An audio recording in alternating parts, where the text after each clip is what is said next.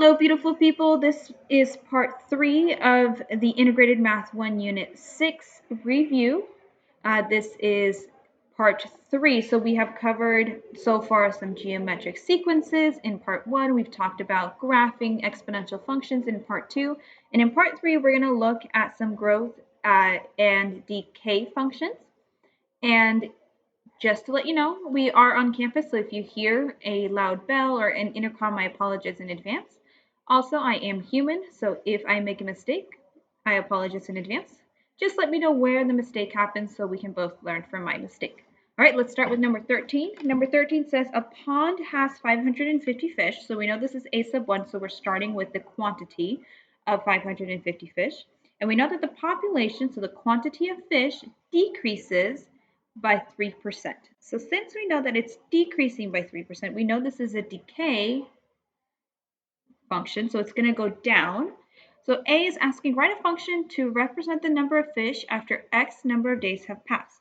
So we are going to be using f of x is equal to a sub 1 times 1 minus r to the x power. Now we know what the rate is, okay? It is decreasing by 3%. Now, because it is 3%, we need to convert that into a decimal. So 3%, you're gonna have 0.03. Now, how I did that is I did 3%. There's a decimal after 3. And to get rid of this percent, you're gonna move that decimal twice. So 0.03. So I have a sub 1, which is 550 fish, times 1 minus 0.03. I have x here. So again, you are allowed to use calculators on this assessment. So this right here is going to be 0.97. So our equation, our function, anytime it says write a function, you have to use function notation. So f of x is equal to 550 times 0.97 to the x power, and that's your function for the number of fish. Now it's asking to find the population after 7 days. If you've already written your equation, you're set because it's going to be easier. So if we have f of 7, because we want to know 7 days, that means our x is no longer x, our x is now 7. And now I do need a calculator for this. So let me get a calculator. So I'm going to say 0.97. I'm going to raise that to the 7th power. That gives me some funky decimal. 8079828. And it goes on, but I'm going to stop there. But all I'm doing in my calculator is after I do this, I'm going to take it and multiply it by my 550. And that gives me, and it looks like I made a mistake. This should be 550. This 550 comes from the quantity of fish we first have. And so this right here is 444.39. Now, this 0.39 cannot happen. This 0.39 cannot happen. So we're actually going to round up. All the time you're going to round up. So find the population after 7 days. We're going to say we have 445 fish. So make sure you're rounding. Now, if you round down, you can say 443 fish. You're actually fish, not accounting this part of the fish, right? So you want to round up. All right, Emma has, I'm going to put a star here. Talk to your teacher how they want you. I know in my class, we actually go off of whatever this is. So I would probably have to say it's 443 fish.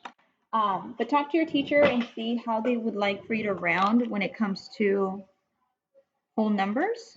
And again, I would probably say 443 fish, but I do know there are some teachers that say this is accounting for a part of a fish, so you have to include that fish. So Again, here's your stars. So double check with your teacher on how they would like for you to round. Okay, let's start with number 14. I'm going to zoom out just a little bit. So Emma has 2,500 in her savings account. Her savings account balance will increase by 15% each month. So increase, we're going to have a growth function.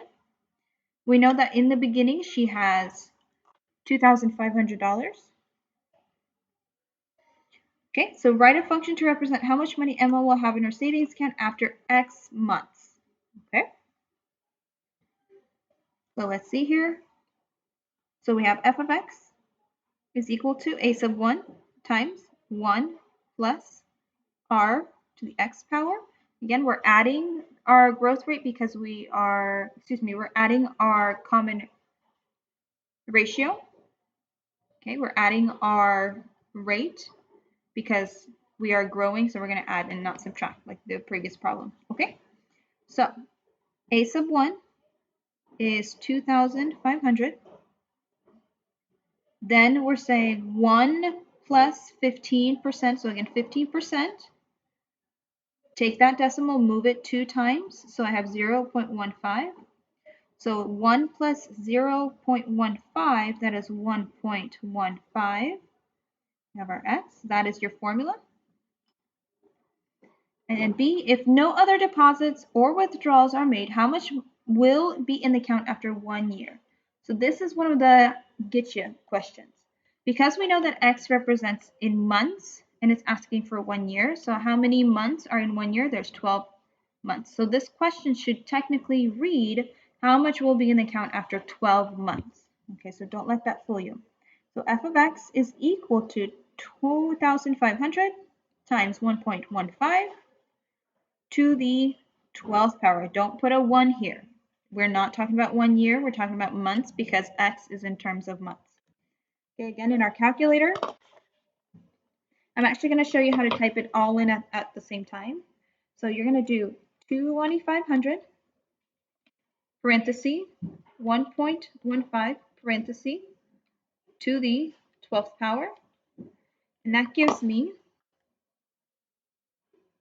13,375. And that to me looks like could it be? I'm going to double check that. 1.15 to the 12th power times 2,500. Yeah, it looks like that's actually really good. So 13,375.63. Now we are keeping this. It doesn't have to be a whole number because in a bank, in a bank account, you can have 63 cents.